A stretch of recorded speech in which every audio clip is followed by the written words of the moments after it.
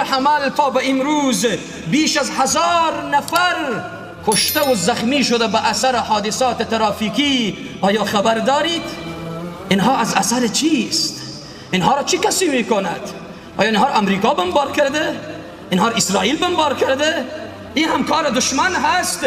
ای جوان مسلمان، از عقل خود کار بگیر، از ایمان خود کار بگیر، از انصاف و انسانیت خود کار بگیر. به جان خود و به جان دیگران بازی نکن. سکل را تکچرخ میدی یعنی چی؟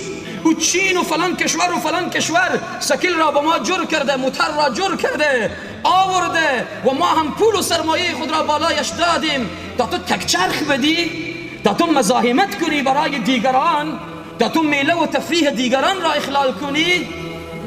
به تازگی هفته گذشته همه ملت به جریان هست که موتری که به بند پشتان با آب فرو رفت و 6 خواهر جان خود را به جان آفرین تسلیم کرد و وفات نمودند. الله رحمت کند، به فامیلشان صبر بدهد. این چگونه بوده این حادثه؟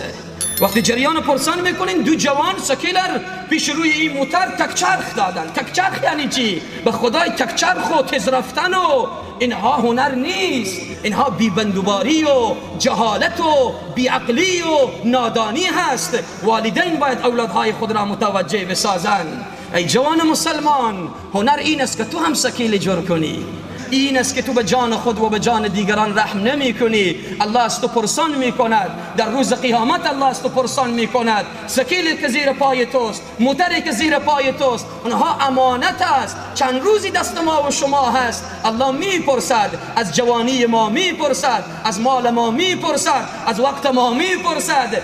وظیفه مسئولین هم هست، مسئولیت دارند که پیش روی او جوانانی که به جان خود و به جان دیگران بازی میکنن و رحم نمیکنن پیش رویشان گرفته شود و با آنها فهمانده شود که این سکیل زیر پای تو به خاطر این نیست.